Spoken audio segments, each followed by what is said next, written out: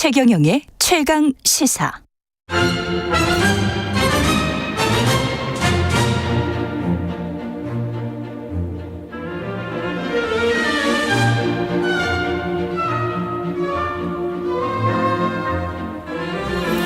네, 매주 목요일 이 시간에는 여야 의원들과 토론하고 있는데요. 오늘은 송원석 국민의힘 의원 그리고 민주당 강선호 의원 두 분 모셨습니다. 안녕하세요.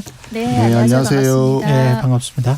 국토위 현안 질의가 어제 있었는데요. 예상대로 서울 양평고속도로 특혜 의혹 두고 시작부터 이제 충돌을 했고, 그 의혹이 어느 정도 뭐 해소가 됐다고 보십니까? 아니면 의혹이 더 불어났다고 보십니까? 송원석 의원님부터 하시겠습니까? 강선호 의원님 먼저. 예. 의혹이 해소가 전혀 안 됐죠. 사실은 굉장히 간단한 질문에서 이게 출발을 한 거잖아요. 네. 종점안이 왜 변경됐어? 근데 어쩌다 거기 보니까 김건희 여사 일가 땅이 있네. 그러면은 이거를 누가 어떻게 왜 이렇게 변경한 거야? 라는 굉장히 간단한 질문에서 이거는 출발을 했던 거예요. 예. 네네. 근데 어제 이제 그 국토위 상임위 열리고 원희룡 장관이 답변을 하는 걸 보니까 저는 원희룡 장관이 굉장히 과잉 충성을 지금까지 해왔는데 그 효용이 좀 다 한 게 아닌가라는 생각이 들더라고요. 그러니까 어제 답변한 것 중에 몇 가지만 조금 짚어볼게요. 원희룡 장관이 뭐라고 했냐면은 그 입장이 계속 바뀌었거든요. 그러니까 국토부가 원래는 요거 관련해가지고 자료 55건을 모두 공개를 해놨다고 했어요. 그런데 그 자료를 뜯어보니까 그중에서 거의 절반 정도가 수발신자가 없어요. 공문 번호도 없어요. 그러면은 이게 55건이 전부가 아니라는 합리적인 의심이 가능하죠. 예. 그리고 이게 정식 제대로 이렇게 그 문서 처리가 안 돼 있으니까 그러면 그 내용도 하나의 문건이 전부 다 총체적으로 다 포함하고 있다고 보기도 힘들어요. 그리고 어제 공개한 것 중에서도 일부가 누락이 됐고요. 그리고 질의 도중에 심지어 홈페이지에서 또 일부가 사라지기도 했거든요. 그러니까 이게 지금 굉장히 뒤죽박죽이에요. 그리고 원희룡 장관은 계속해서 자료가 없다, 보고서 없다, 만든 적 없다라고 한 것 중에 하나가 뭐냐면 중간 보고서 만든 적 없다 그랬거든요. 월간 진도 편지 뭐 이런 거요? 그것도 예. 월간 진도 보고서 그 두 가지를 없다고 했었어요. 근데 중간 보고서도 있었고요. 만든 적 없다고 했던 중간 보고서 있었죠. 그다음에 월간 진도 보고서 한준호 의원한테는 그게 공유가 됐고 심상정 의원한테는 안 줬죠. 예. 근데 심상정 의원한테 안 준 이유가 없어서 안 줬다고 그랬거든요. 근데 한준호 의원은 가지고 있었어요. 그리고 원희룡 장관이 뭐라 그랬냐면 그 김건희 여사 일가 땅 지역은 수병 구역이어서 그 법을 바꾸지 않으면 절대 개발할 수 없다고 이야기를 했어요. 근데 이 보존 관리 지역이라고 하면서 그런데 이 수병 구역도 지구 단위 개발이 가능한 거죠. 그리고 법을 보면 국토부 계획법을 보면 그리고 용적률이나 건폐율도 완화가 가능하고 근데 그거 관련해서 그러면은 이방권자가 누구냐? 양평군수예요. 그러면 양평군수가 이렇게 해가지고 그거를 바꾸자 완화를 하자 하면은 충분히 개발이 가능한 땅이에요. 그러니까 원희룡 장관이 어제 팩트에서 다 깨졌거든요. 그래서 본인이 요거 관련해가지고 서울 양평 고속도로 관련해가지고 정치 생명을 뭐 걸겠다 어쩌겠다 말씀을 많이 하셨는데 뭐 이렇게 저렇게 뭐 걸 것도 없이 어제 거의 좀 많이 그 생명을 잃으신 것 같아요. 송원석 의원님 반론. 예. 그 논점이 점점 너무 지역 말단적인 걸로 들어가는 것 같아요.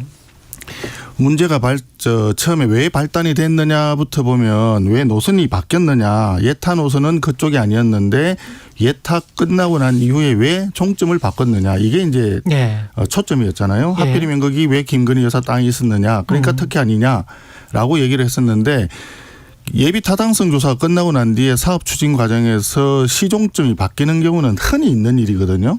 흔히 있는 일. 예, 흔히 있는 일입니다. 2010년 이후에 8건의 고속도로 중에서도 4건이 그 시종점이 바뀌었고요. 2020년, 지난 20년간 14건이 바뀌었다는 그 국토부 해명 자료도 있고 새만금에서 전주 가는 고속도로, 그다음에 함양에서 울산 가는 고속도로 이런 고속도로에서도 그 시종점이 바뀐 사례가 있어요. 그러니까 예비 타당성 조사를 하고 난 뒤에 실제로 이제 구체적인 기본 설계 계획 이제 그 실질 설계에 들어가다 보면 교통량을 좀 더 많이 해소를 한다든지 아니면 환경 문제라든지 주민들의 어떤 요구라든지 이런 것들이 있을 수 있거든요. 그런 상황에서 변하기 때문에 이 변하는 것 자체가 큰 문제가 없는데 그걸 가지고 특혜라고 이렇게 프레임을 갖다 씌우다 보니까 발생한 거예요. 그래서 그 자료가 55건이 전부이냐 아니냐라든지 중간에 뭐 일부 누락이 있냐 이거는 사후에 실수로 뭐 바꿀 수도 있는 이야기고 그런 부분 중요치 않거든요.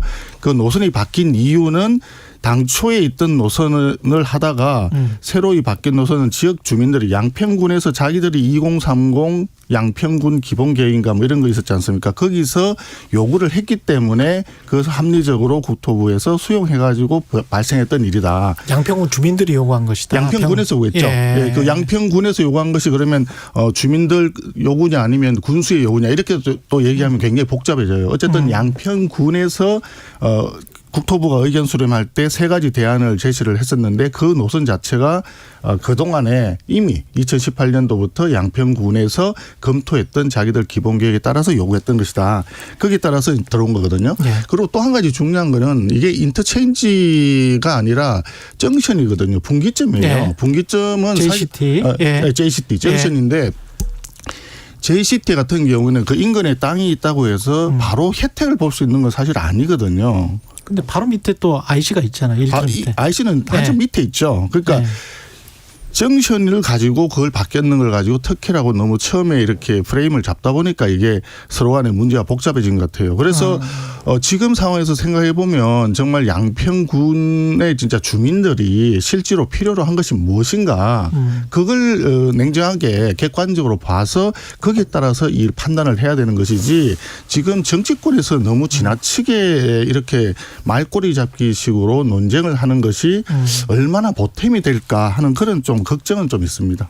자, 우선 프레임을 잡으셨다고 말씀을 하셨는데 프레임을 잡은 적이 없어요. 이게 종점이 왜 바뀌었는지 왜라고 한번 물어봤을 뿐이에요. 근데 거기서 갑자기 원희룡 장관이 백지화하겠다 해가지고 일이 이렇게까지 커진 거거든요. 왜 바뀌었냐고 물어봤을 때 왜 바뀌었다고 근거 자료를 대면서 소명을 했으면 될 일이에요. 해명을 했으면 될 일이에요. 근데 해명 없이 백지화하겠다고 하고 이제 역으로 이거를 갖다가 끼워 맞추다 보니까 지금 뭐가 잘 안 맞는 일이에요. 시종점 변경 흔히 있는 일이다. 글쎄 흔히 있는 일이라기보다 없는 일은 아니죠. 근데 이렇게 강 아래 위로 이렇게 크게 시종점이 변경이 된 사안은 없습니다. 그리고 우리가 전철역 같은 경우에도 입구나 이런 거 변경될 수 있어요. 충분히 예탁 끝난 이후에. 그런데 전철역 자체가 이 마을에서 저 마을로 가는 사례는 없거든요. 그렇기 때문에 이거는 단순히 시종점이 변경이 된 게 아니에요. 다른 여타 사업들처럼 이거는 너무나 큰 거리 지역이 너무나 많이 달라졌기 때문에 그리고 그 달라진 지역을 보니 김건희 여사 땅이 있네? 왜 일로 변경됐어요? 변경된 과정을 설명을 하면 되죠. 근거 자료를 가지고. 아까 양평군에서 요청했다고 했는데 관련해가지고 이미 그 언론 보도가 났었어요. 양평군에서 요청을 한 적이 없다라는 보도가 났었는데 그게 어떻게 된 거였냐면 이제 국토부에서 강상면을 콕 찍어가지고 양평군에게 의견을 물어요. 그래서 양평군은 처음에는 이게 아니었는데 그럼 국토부에서 강상면을 찍어서 의견을 물으니까 꼭 관련해가지고 의견을 제시를 했을 뿐인 건 거예요. 국토부에서 어떻게 했어요? 처음에는 양평군에서 제안했다고 했죠. 근데 그거 아니라는 거 드러나고 나니까 민주당이 또 제안했다고 했죠. 근데 그것도 아니라는 거 드러나고 나니까 지금 뭐라 그러고 있어요? 용역업체에서 했다 그러잖아요. 아니 국토부가 발주를 주는 용역업체가 이렇게 큰 의사결정을 할 수 있습니까? 그리고 그러면 용역업체가 그렇게 제안을 해가지고 이거를 변경을 했다고 가정을 합시다. 그런데 용역업체가 이게 강상면으로 변경하는 게 최적의 노선이라는 그런 뭐 BC값이라든지 이런 거 나오고 객관적인 자료를 지금 못 대고 있어요. 그러니까 이런 질문들에 대해서 대답을 하라니까요. 원희룡 장관이. 아까 하태경 의원은 차라리 그냥 여야가 합의해서 지금이라도 타당성 조사를 다시 해서 본 타당성 조사를 하자. 그래서 BC값도 다시 구하고 뭐 이래서 그걸로 그냥 하자. 그 안으로 하자. 뭐 이런 타협적인 안을 제시를 하던데 어떻게 생각하세요? 뭐 어떻게든 해결해야 될 거 아니에요. 그러니까 이게 제일 중요한 건 아까 말씀드린 대로 주민들의 요구를 가장 잘 수용할 수 있는 방안이 무엇인가. 아니 근데 사실 이것이 중요하거든요.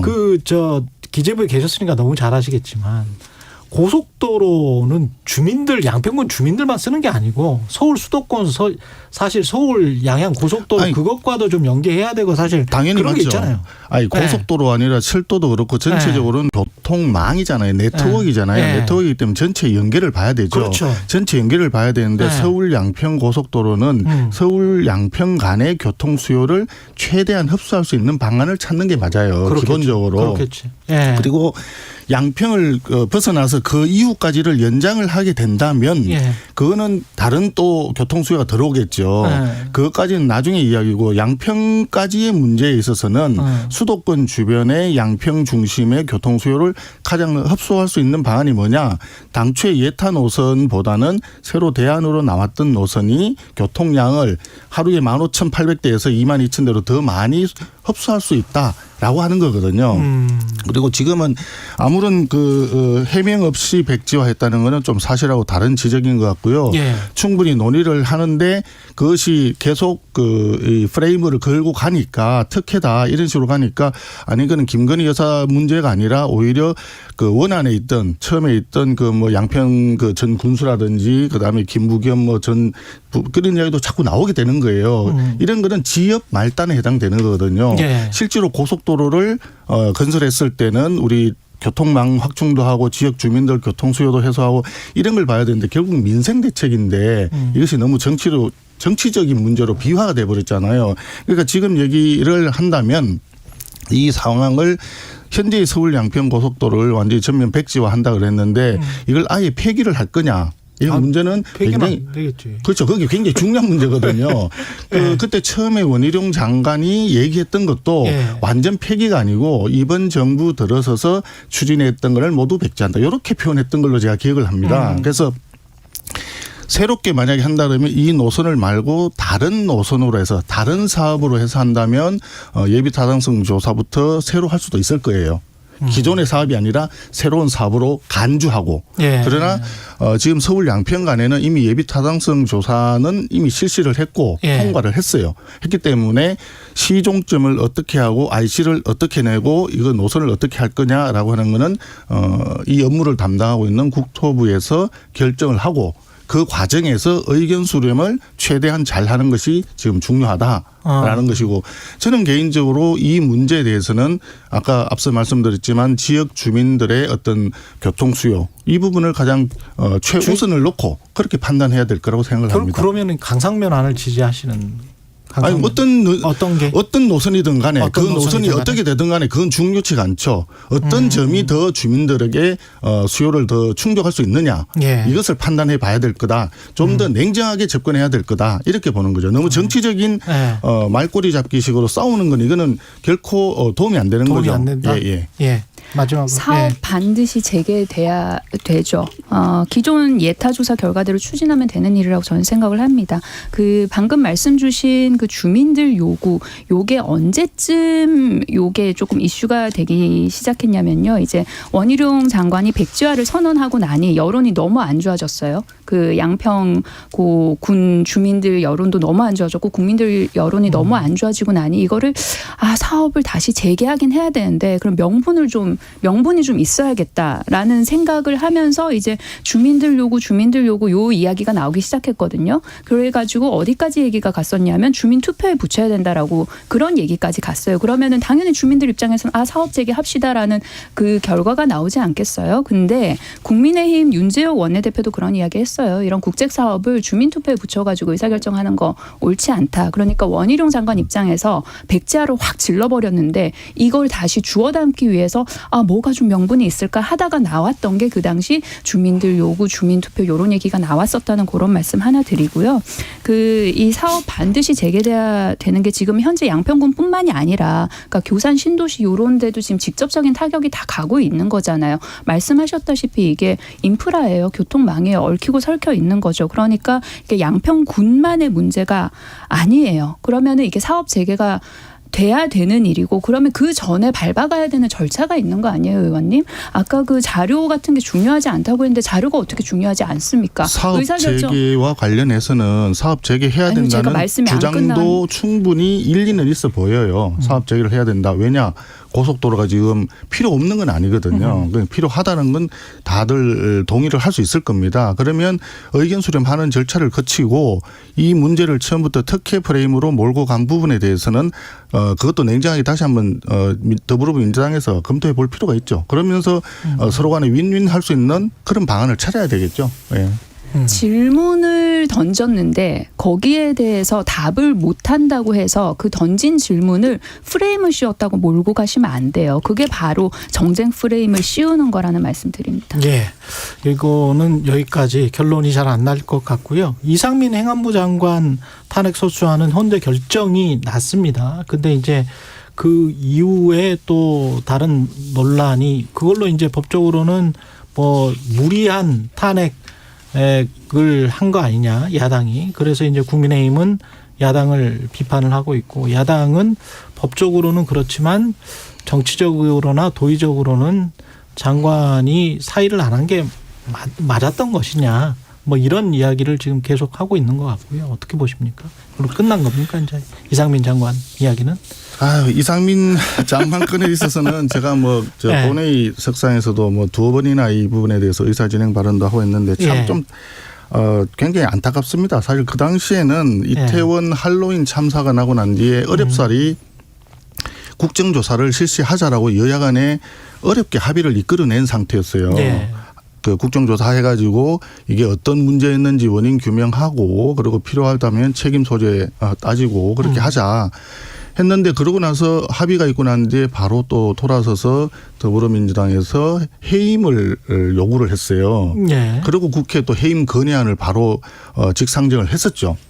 그런데 해임 건의안을 국회에서 처리를 했지만 사실 대통령이 이를 받아들이지 않으니까 그렇죠. 또 또 조금 있다가 바로 탄핵 소추에 들어갔던 거 아니겠습니까? 예. 그 탄핵 소추는 사실상 잘 알다시피 헌법이나 법률에 위배될 경우에 불법 행위가 있었다라고 했을 때 탄핵이 되는 것인데 사실상 그때 제가 이게 불법 행위는 조금도 불법 행위는 없었다라고 하는 점을 본회의 때 얘기를 했었어요. 그리고 이제 말씀하신 대로 탄핵 소추가 헌재에서 기각이 되니까 네. 이젠 다시 또 처음으로 되돌아서 정치적 책임을 지고 사퇴해라 이렇게 주장을 하는 거거든요. 이게 기성전 장관 쫓아내기 뭐 이런 식으로 가니까 이거는 좀 너무 심한 거 아니냐. 그 당시에도 이재명 그 대표에 대한 사법 리스크가 이제 현실화되면서 이게 방탄국회도 하고 또 국민들 시선 돌리기도 하고 이렇게 계속 하는 와중에